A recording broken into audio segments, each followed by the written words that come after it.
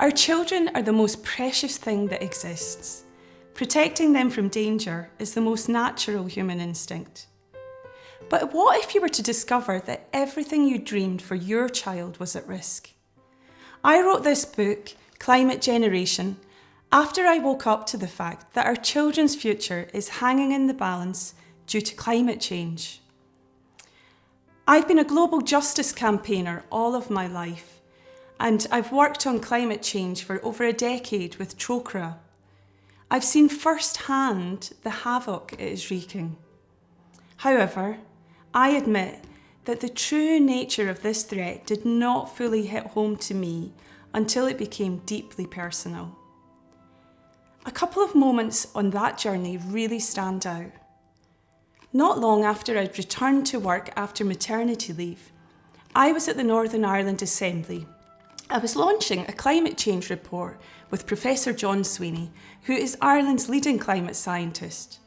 As John gave his scientific presentation in the Stormont Gallery, something shifted in my brain. John and I go back a long way, and I was very familiar with his presentation. But that morning, his emissions graphs and warming charts took on a whole new meaning. As I sat listening to him, I suddenly felt overwhelmed. I found myself about to address a group of politicians and fighting back tears. Those dry facts which I'd heard about before suddenly became something else, my own flesh and blood. I fast-forwarded those timelines in my head, and suddenly I saw my 2 little boys growing up. It dawned on me that the great future I'd imagined for them is under threat and may not even come to pass. The other moment that stands out is the day I decided to write this book. I was sitting upstairs in a Dublin bus, stuck in traffic on Dublin's North Quays. It was an atypically mild, sunny afternoon in December. I actually remember the precise moment. I was looking out the window at the Croppy Acre, a memorial to those who died in the 1798 rebellion. As I was staring into the distance, my mind 1,000 miles away, I suddenly noticed a bunch of daffodils. But this was December. I looked around at the passengers on the bus. Everyone was peering into their phones, each in a little world of their own, so removed from that peculiar scene outside the window. Those December daffodils were silently screaming 2 words which none of us really want to hear. Climate change.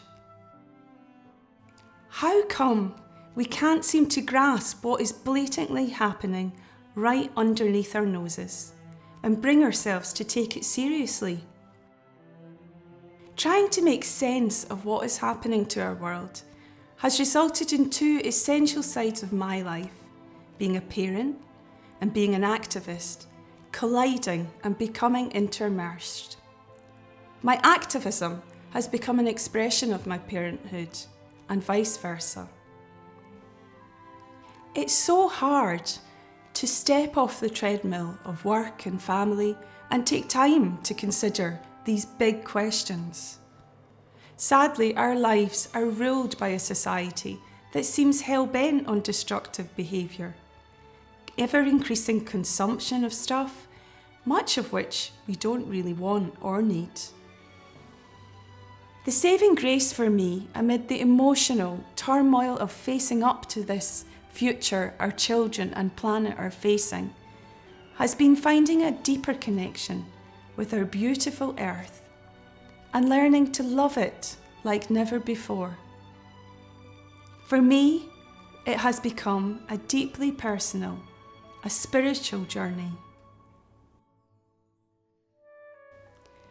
My hope is that this small book, Climate Generation, will awaken people like I was awakened in Stormont and on that December day on a Dublin bus, and that together we can become the necessary planetary movement that is the only way our children's future can be safeguarded.